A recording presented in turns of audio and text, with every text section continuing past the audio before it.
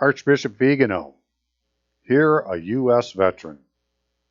Fighting a spiritual war in the temporal world requires the Church of Christ use all its powers. And I don't believe that that's happening. And I am Staff Sergeant Robert Allen Rutluski, U.S. Army veteran, also known as Rob Ryder. The email address is quarterrecord@aol.com. And my phone number is 616-712-6179. And my YouTube site is Rob Ryder with 3 B's. That would be ROBBBRYDER. And, in recent history, I've done a couple of different videos having to do with the church. One was Denominationals, commissioned to serve God and country.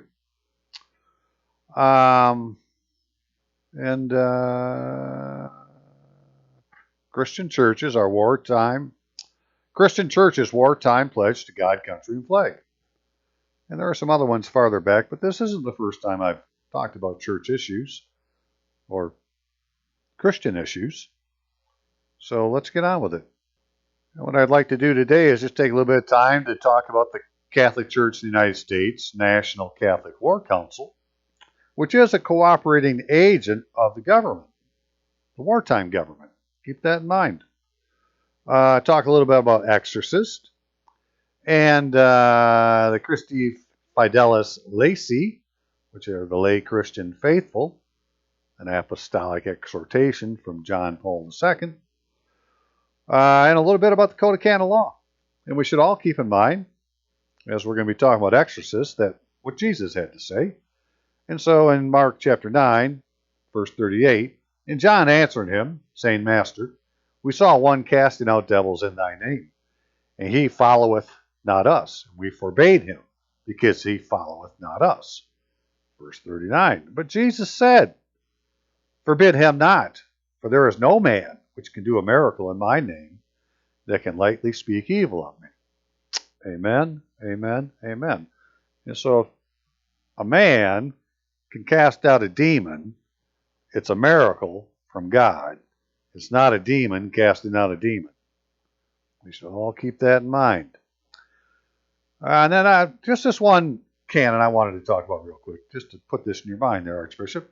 That Canon 96 says, by baptism one is incorporated into the Church of Christ and constituted a person in it, with the duties and rights which, in accordance with each one's status, are proper to Christians insofar as they are ecclesiastical communion and unless a lawfully issued sanction intervenes. Well, where is the Church of Christ, Archbishop? If I've been constituted a person in it, where's my ID card? Right? It's like this society has been created called the Church of Christ. I've been incorporated into it. I've been made a person, which I imagine means I'm a juridic person in it. But I don't have any ID or any proof of membership. So what do they mean by that? I'm really interested to know. Okay, but let's get back on to these other things that we can do something with today, which is the Catholic Church in the United States. Let's take a look. Hang on just a second. I guess before I do that, I should introduce the Archbishop, right? So Archbishop Vigano is getting a lot of press recently on the internet. And just here on November 23rd, he had said, calls on all believers to unite in a global anti-globalist alliance to liberate humanity from the totalitarian regime. And I just believe, Archbishop, that the alliance already exists. It just needs to be inhabited and given the authority that it was meant to be had from the beginning. And we're going to see if we can do that. He also said, even more recently, right, that those who resist the New World Order will have the help and protection of God. Right? Well, I'm 100% with that. So, now, what's interesting about Archbishop Vigano to the United States is that he was the nuncio to the United States before the current nuncio came in. And so as I was getting ready for this, I said, well, let me go find the email or the website for the nunciature. Right? But I was looking at this thing from Wikipedia, and I wanted to show this to you, Archbishop. And Here's an example of the devil being in the details, right? Because in here, in Wikipedia, it says the Apostolic Nunciature to the United States is the diplomatic mission of the Holy See to the United States, period. Right? And then it gives an address. Then it goes on to say the Apostolic Nunciature to the United States of America is an ecclesiastic office of the Catholic Church in the United States with the rank of an embassy. Well, that's not the same thing as what, you said the Apostolic Nunciature of the United States was. Not you, obviously, but somebody did, right? So as we can see, there's an Apostolic Nunciature to the United States and an Apostolic Nunciature to the United States of America. And if we go back then and say, well, what does the website say that it is? Right, it says the Apostolic Nunciature to the United States of America. Well, what happened to the one for the United States? Right, because there is a difference between the United States and the United States of America, as we'll see in just a second. But, that's really all. I just wanted to point that out.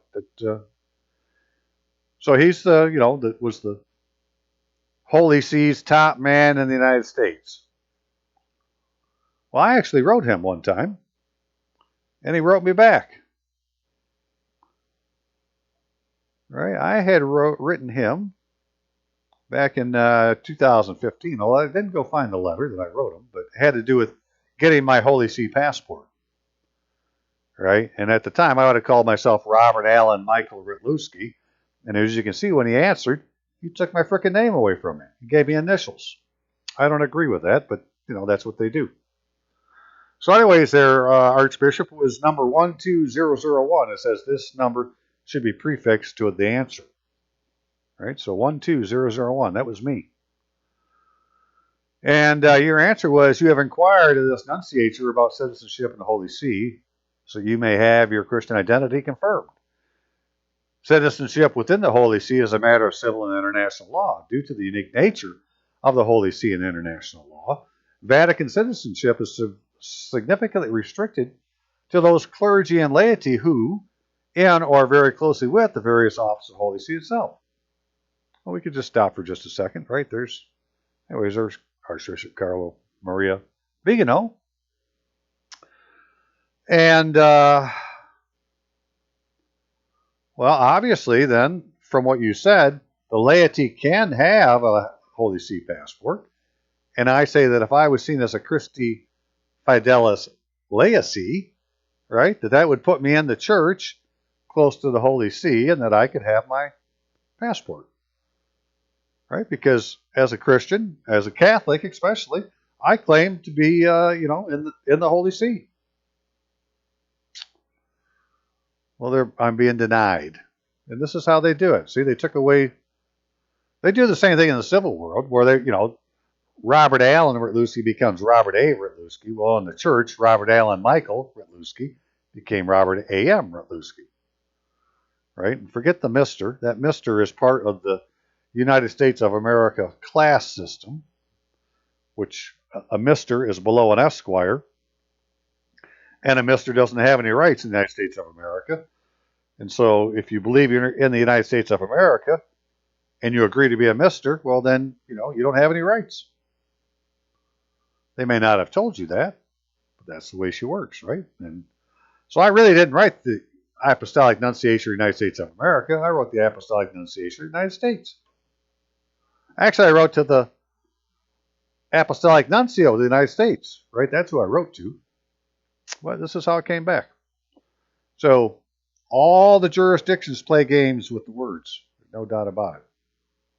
And just real quickly, because I have it open, sometime later I sent my certificate of baptism to the same place. Now, this was 2017, after Archbishop Vigano had left, right? But I wanted to have it certified. So this is what they did to certify it. But, it's full of errors and omissions. Like, my father's middle name isn't C. My mother's middle name isn't M. And she wasn't a Dorsey. They were married in a Catholic church, right? So there's no excuse for this. The priest has got a middle initial name. middle initial name, goes on and on and on. That's just a simulated legal process under color of law. What it should be called. So anyways, while the Vatican's screwing around and keeping people who want to have a Holy See passport from getting one, the alleged Congress of the United States in 1991 passes a law that says Congress recognizes the historic tradition and ethical values and principles which are the basis of civilized society and upon which our great nation was founded, whereas these ethical values and principles have been the bedrock of society from the dawn of civilization when they were known as the 7 Noahide laws.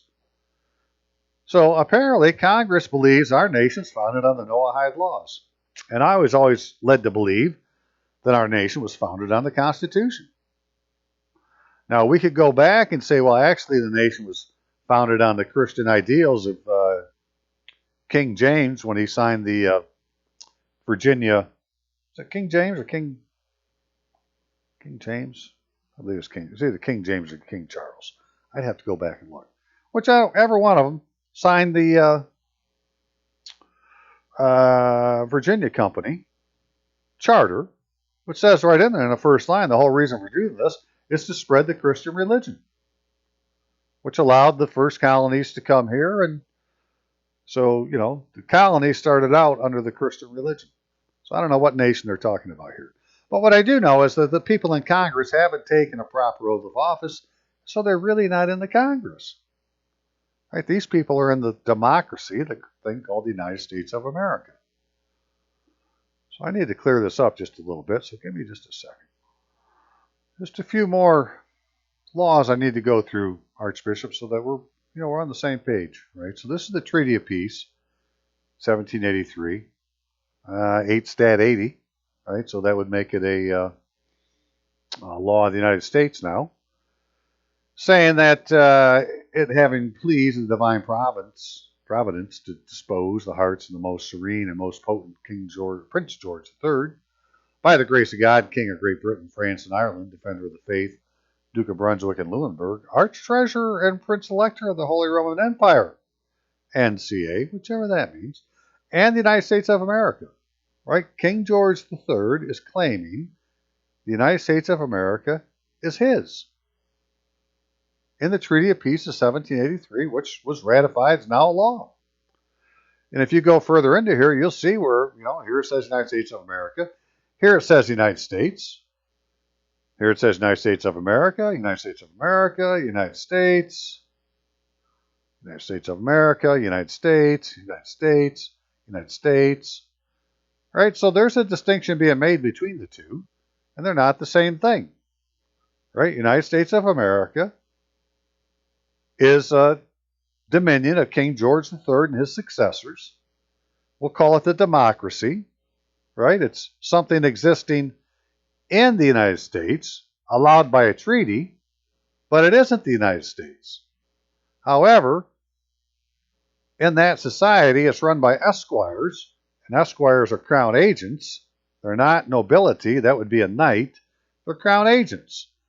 But in the British class system, an esquire is far above a mister, and a mister has no rights. So, in the system, they want to always call you a mister. So if you're like me in the military, you say, no, if we're going to use titles, you can use my military rank. Okay, so this is, some of the devious stuff we're dealing with. That Nancy Pelosi says, talks about the democracy in the United States of America all the time. Well, there is no democracy in the Constitution, and the Constitution's for the United States. It's the Constitution of the United States, not of the United States of America. Okay, got that cleared up. Just a couple more things real quick. And in the 6th article of the Constitution, which is on debt, supremacy, oaths, and religious tests, there's actually 2 really good sections, right? That the Constitution and laws of the United States, which shall be made in pursuance thereof, and treaties shall be made under the authority of the United States, shall be the supreme law of the land, and judges in every state shall be bound thereby anything in the Constitution and laws of any other state to the contrary, notwithstanding. So this is something you should tell a judge to take judicial notice of. And then show him the Constitution. right? And then further, the senators and representatives before mentioned, and members of the several state legislatures, and all, ALL, all executive and judicial officers, both of the United States and of the several states, shall be bound by oath or affirmation to support this Constitution. But no religious test shall ever be required as a qualification to any office, public trust, under the United States. So that's what the Constitution said. Well, then they ratified the Constitution, and immediately after, right, or at least the first law after the ratification of the Constitution, is known as 1 Stat 23, right? This is Volume 1, Statutes at Large, page 23, where it says that the oath or affirmation required by the 6th Article of the Constitution of the United States shall be administered in the following form, to wit: I state your name, do solemnly swear or affirm that I will support the Constitution of the United States. Period. Right? That's the oath to satisfy the 6th Article of the Constitution. Well, there's nobody taking it. Right? I, Robert Allen Ratluski, do solemnly swear or affirm I will support the Constitution of the United States. There's nobody taking this oath. Nobody at the state level, nobody at the federal level. Congress didn't take it. Governor didn't take it. Judges don't take it. Police don't take it. County commissioners don't take it. Nobody takes it. There is no constitutional government in the United States because nobody's taken an oath to support the Constitution of the United States.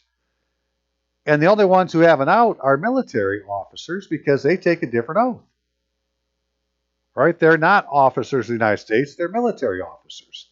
That change was made in 1948, I think it is, when they did the National Security Act.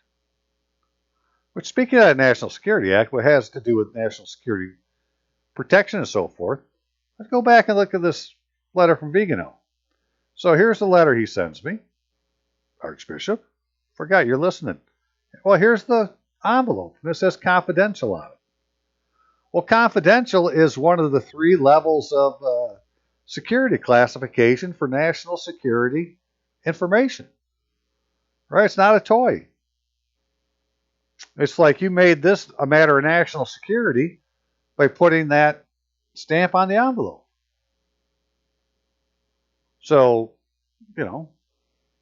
that's the kind of world we live in. And then just one more little law here, sir.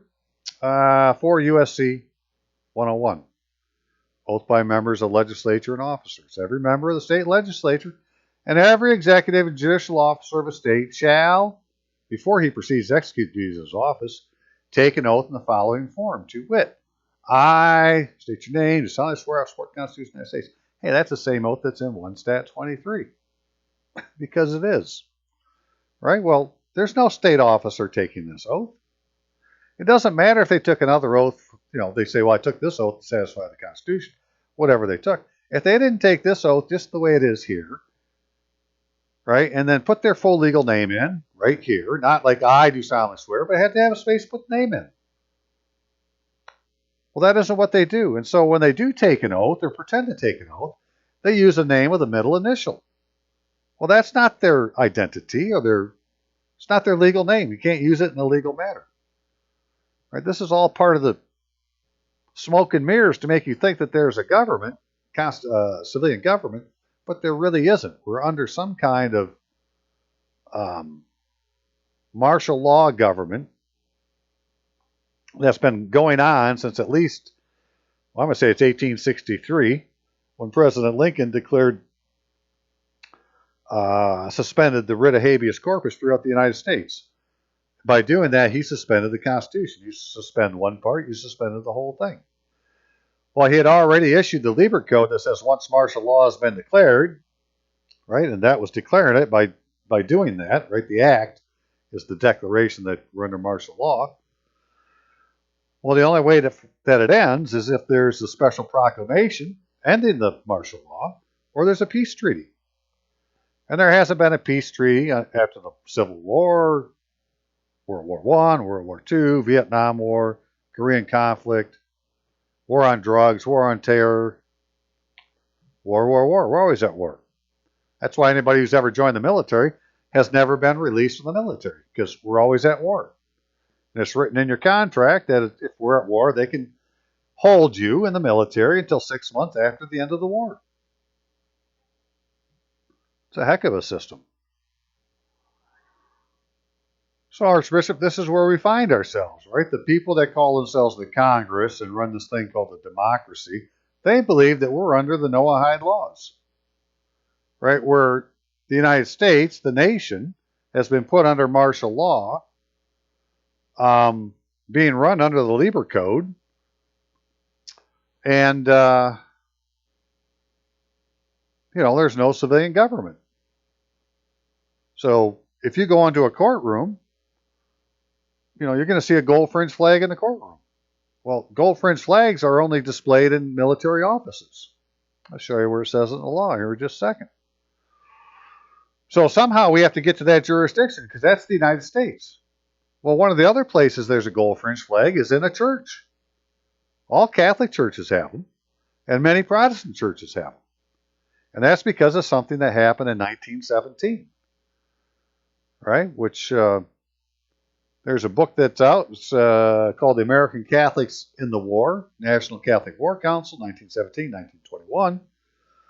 But in a nutshell, the archbishops of the United States got together and they created a civil organization called the National Catholic War Council, right, that they were the members of. Well, that entity was given a commission by the War Department in 1917. Not from Congress, but from the War Department. Right? They got a wartime commission. Well, they still have it because the churches still have gold fringe flags. And it wasn't just the Catholic Church. They did it with the Protestant churches. They did it with the Jews. Right? They started these organizations that they gave a commission from the military to be a cooperating agent with other agencies of the military wartime government. And so all the places you see a gold fringe flag represent a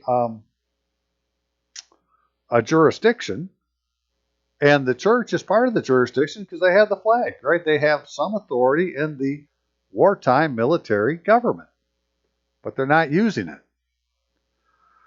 So one of the things that happened out of this, right, out of this book, right, is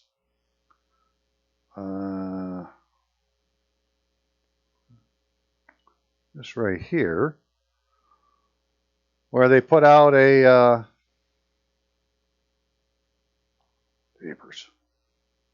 handbook of the National Catholic War Council.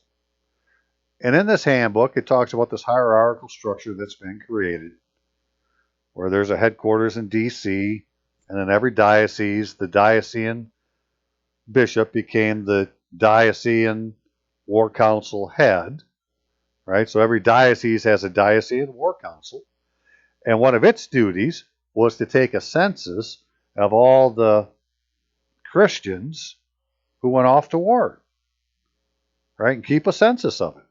Well, that isn't being done. So there's no evidence from the cooperating agent that any of its persons ever went and fought the war.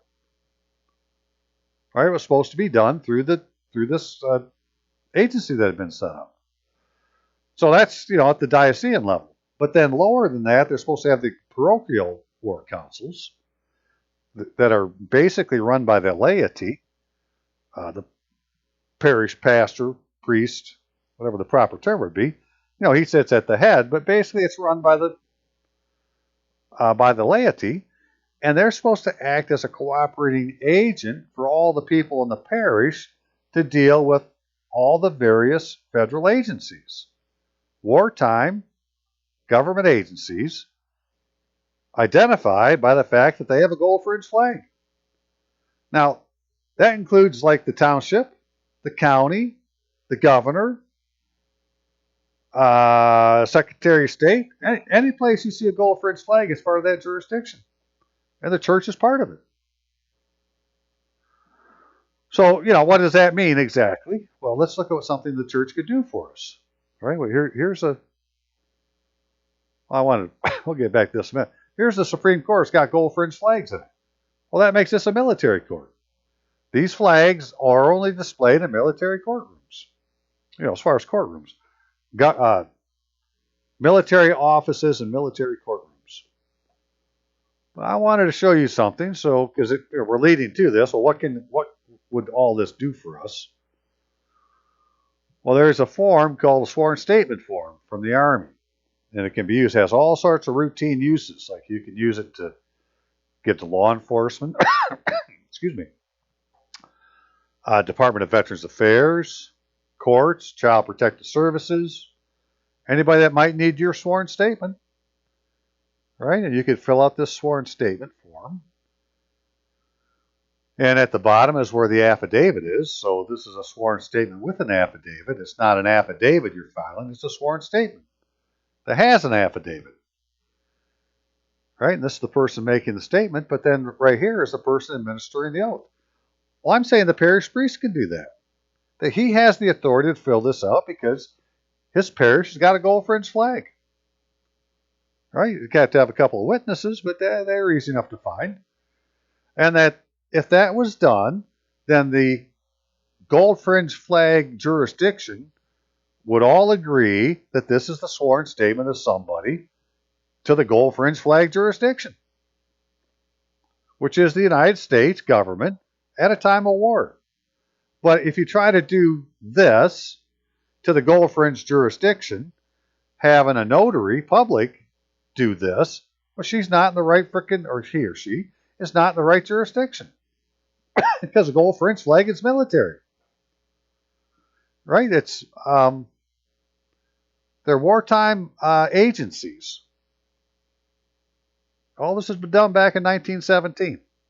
So, for instance, well, so you don't have to wait for me to do this. It's in this handbook, but let me show you. Hang on a second. I just buzzed through a couple of chapters real quick, right? Formation of Diocesan War Council. The National Catholic War Council touches every diocese, every national Catholic activity. In the hope that it is through the Diocesan War Council every Catholic man, woman will be interested in, informed about, and work cooperation. It is a desire of the National Catholic War Council that not only every diocese, but every parish in the country, a Catholic War Council committee be established.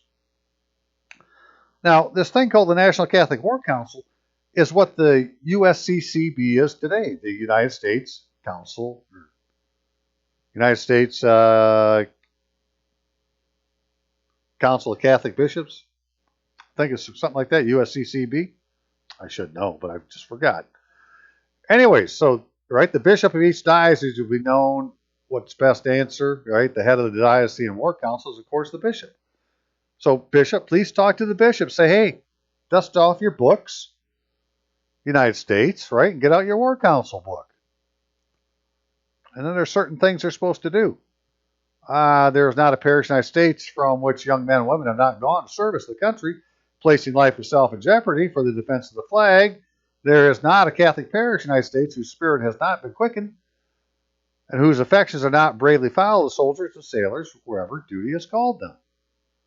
In other words, we're going to get down to giving the parishes something to do. But what I wanted to show here was, right, one main duty, however, of the Diocesan Committee on Historical Records is to complete a census of the men who have entered the service. I think that's very important. That shows that, people have gone into the military, because if you're a veteran, it's like you're lost. You've never been released from the military, right? You don't have a discharge paper, and you can't get your complete records because they have national security labels on them, right? They've been labeled confidential, right? So trying to do things on our own is almost impossible. But if it was done through the parishes, right, which are supposed to be our cooperating agents, right, cooperating work with the parishes. The parishes bring testing place, like the breadth, depth of Catholic patriotism. This talks about how they're set up, right, and then it goes into what they're used for, which is government and supplemental agencies in war work. And so these are the agencies that the federal or that the Catholic War Council is supposed to cooperate with on behalf of the people of the parish. Okay, so now it wasn't just the Catholic Church that did this. There's the wartime agencies of the churches. All the Protestant churches did it. Right? It's just an ongoing list of people that did. Right? The Protestants, the General Wartime Commission on the Federal Churches of Christ in America. The Jews were the Jewish Welfare Board, the United States Army and Navy, and the National Catholic War Council. All these are asked to cooperate with government agencies on war work, right? So they're cooperating agents with our other agencies. That's how it's supposed to work. Now let's look at that flag real quick. What's that all about, right? Army Regulation 840-10 about flags. And if you go down to Section 2, or Chapter 2, 2-3, you'll find this area where it starts talking about the national flags listed below are for indoor display and for use in ceremonies and parades. For these purposes, the flag of the United States will be on rayon banner cloth of heavyweight nylon, trimmed on 3 sides, and gold and yellow fringe, 2 1/2 inches wide. Right? And where is it authorized to be displayed? Office, headquarters, organization, authorization, positional color, distinguishing flag, organizational color, organization, battalion size, military offices not otherwise authorized, military courtrooms, U.S. Army, subordinate U.S. Army Recruiting Command. Yeah, they're all military, right? And chapels. So somehow the church is covered by this because you go into the Catholic Church, there it sits back, to your, as I remember, the back left of the church. Well, not the back left of the church, actually. Up on the, where the altar is. But that's not the altar. Is that the sanctuary? I can't remember the name of these things. You'd have to tell me, Archbishop. But there it is, right? Behind the priest to the left. Gold fringe flags, right? They are a symbol of the military. There's nothing in here about, it being displayed in a civilian courtroom, but there is about it being in a military courtroom. And as I showed you, if you go and look at the Supreme Court, well, there's gold fringe flag. So this Supreme Court isn't the Supreme Court that's written about in the law. It's a militarized style of that court. Run by esquires who have taken over and are using it for their own advantage. All the way down to traffic court. Right? I mean, esquire, if they're a British agent, then they're an enemy of the United States if they're here doing that. Okay, so, that kind of covers the National Catholic War Council. It obviously take a little more study to put it all together, but the organization is already there. It's just, it's dormant. And it starts at the diocese, right, for them to, diocesan bishops to reconstitute it, reconstitute the parish war council so that they can act as the cooperating agent for all the people in the parish with all the various government agencies. Instead of going to the court where the judge didn't take the oath of office to satisfy the 6th article of the Constitution, so he can't enforce the laws of the United States and he can't enforce the laws of the state. He's not an officer. Right? They send you to, judge Judy courts, and you agree to be there by arguing the facts instead of saying that you don't belong there. It's kind of the way they get around it. But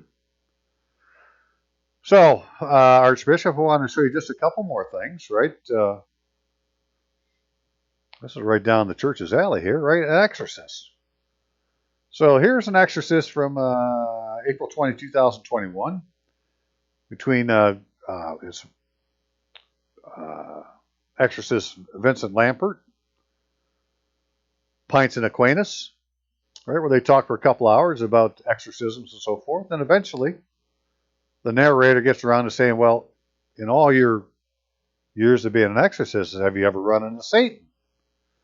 To which the priest didn't even bat an eye. I said, well, I did an exorcism on a person that was possessed by Leviathan. Right now, Leviathan is one of the two dragons in Revelation 12.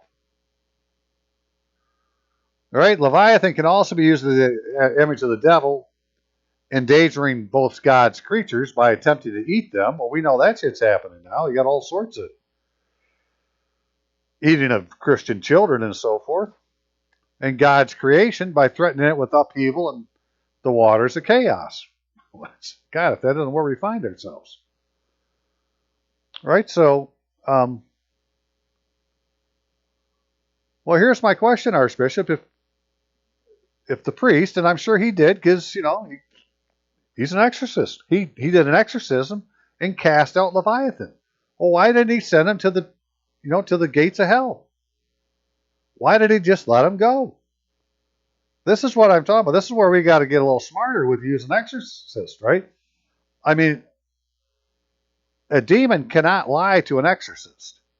So ask the demon who else he knows that has a demon and get their names and addresses so we can go round them up. And we'll just get them all off the street, and then that by itself will make it a better place to live. Right? Let's get rid of the frickin' the honchos. I know that not everybody is possessed by a demon. They're demon tormented, or they got all sorts of different names for it. But there are people possessed of the devil, and get them the heck out of the society. And since a demon can't lie to the exorcist, he's the perfect man to get the information. And then cast the demons into hell. I don't understand why the church doesn't do that. Why would we let them go? Makes no sense. Right? I mean, the prayer of St. Michael. St. Michael the Archangel, defend us in battle, be our safeguard against the wickedness and snares of the devil. May God rebuke him, we humbly pray. And you, O Prince of the heavenly host, by the power of God, cast down to hell Satan and the other evil spirits who prowl through the world for the ruin of souls. Amen. Well, how come the priest can't do that? I know he can, he just isn't doing it, right? Just one sentence short of what we need to be doing. Cast them demons into hell for the good of the world. Okay, hang on here.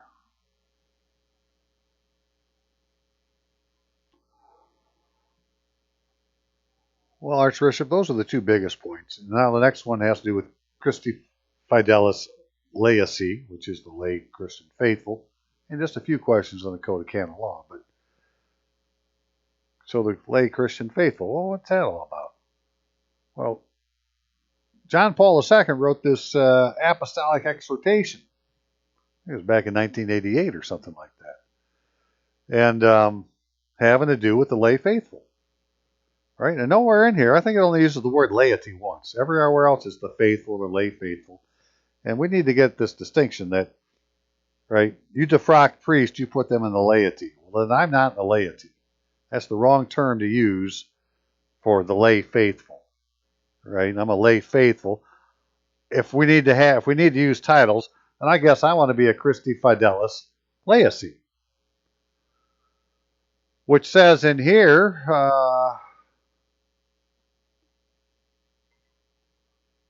right, that a new aspect to the grace and dignity coming from baptism is here introduced. The lay faithful participate in their part in the threefold mission of Christ as priest, prophet, and king. Okay, well, if that's what I am participating in, then I'm not in the same category as a defrocked priest, right? So, in other words, there's an office in the church, Holy See, for the laity, lay faithful. Maybe not the laity, but the lay faithful. And that's what this whole exhortation is about. And it's, 90 pages long. It's just way too much to go through. What I'm just saying, that this here has something to do with the office that's been created in the church for the lay faithful so that we can have our Holy See passports. I'm quite sure of it. I was hoping maybe you'd check in on it for me. Okay, if you do, that'd be wonderful. Just one last thing then. Real short. I want to talk about a few things in canon law. So where's that list I had? All right, so anyways, in canon number 1, it says the canons of this code concern only the Latin Church. Well, how do I know that I'm in the Latin Church?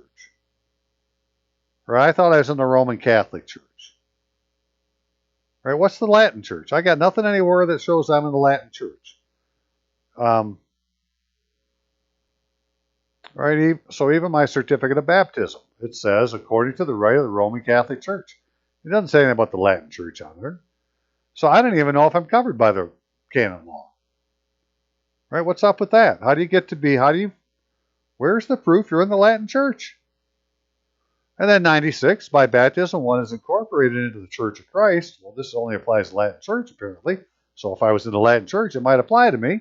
And if it does, I was constituted a person in the Church of Christ. Well, where's my ID card? Right? Because I have rights and duties within that organization. Right? I mean, this is a society of people, right? This is the nation of Christ. Well, where's our ID cards? How about this? Canon 111, that through the reception of baptism, a child becomes a member of the Latin Church if the parents belong to the church. Well, how do we know that we belong to the church unless we have something that says you're a member of the Latin Church? Juridical person, right? So now this is what I think is this constitutive person here. Juridical persons of the church are either aggregates of persons or aggregates of things. So I think that in the Church of Christ, we are an aggregate of persons, which must be made up of at least 3 persons. If collegial, if the members decide to conduct by participating together, making decisions, whether by equal right or not, in accordance with laws and statutes. And, so is that what we are? Are we a juridical person of the Church of Christ?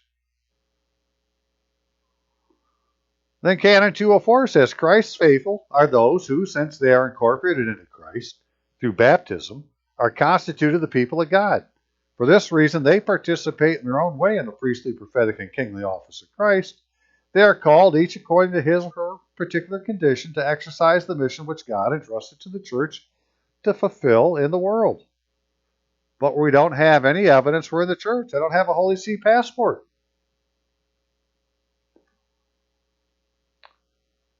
Right? This church established and ordered in this world as a society subsists of the Catholic Church, governed by the successors of Peter and bishops in communion with them. I mean, let's remember your reply to me, Archbishop, where you took my middle name from me. Right? So my name of the church should be Robert Allen Michael Rytlewski, but you addressed me as Mr. Robert A.M. Rytlewski. It's like you confiscated my spirit. Right? So, I'm not in the church, apparently. Because that's not the name on my,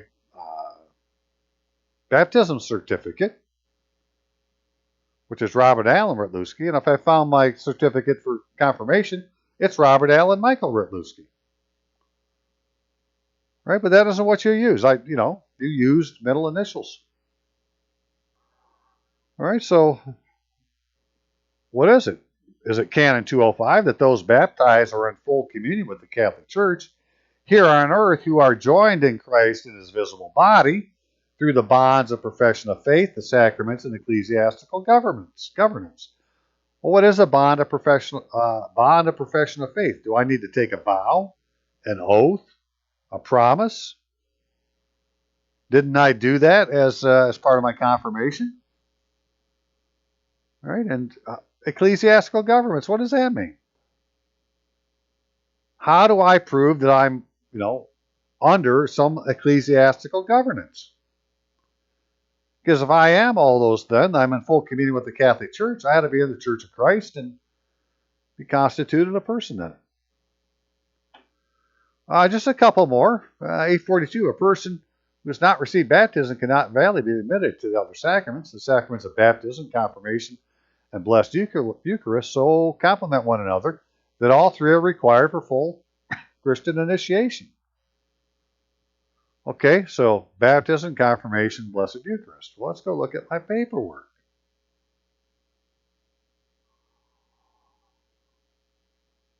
where it says baptism, right? That was this. Confirmation and first communion. It didn't say blessed communion. So does that mean I didn't qualify? All words have meanings, right? And so according to this, I didn't take the blessed Eucharist. 870. An abandoned infant or foundling is baptized unless diligent inquiry established that he has already been baptized. Well, I think that we're all found in the delivery at the hospital, right? We're in the delivery room. We're not in the hospital. We're in delivery, shipping and receiving. Canon 877. A parish priest, place baptism must confer, must carefully, without delay, record, register baptism. Right? In the case of a child of an unmarried woman, the mother's name is to be entered in her maternity, is publicly known, or either in writing or before two witnesses. She freely asks that it be done.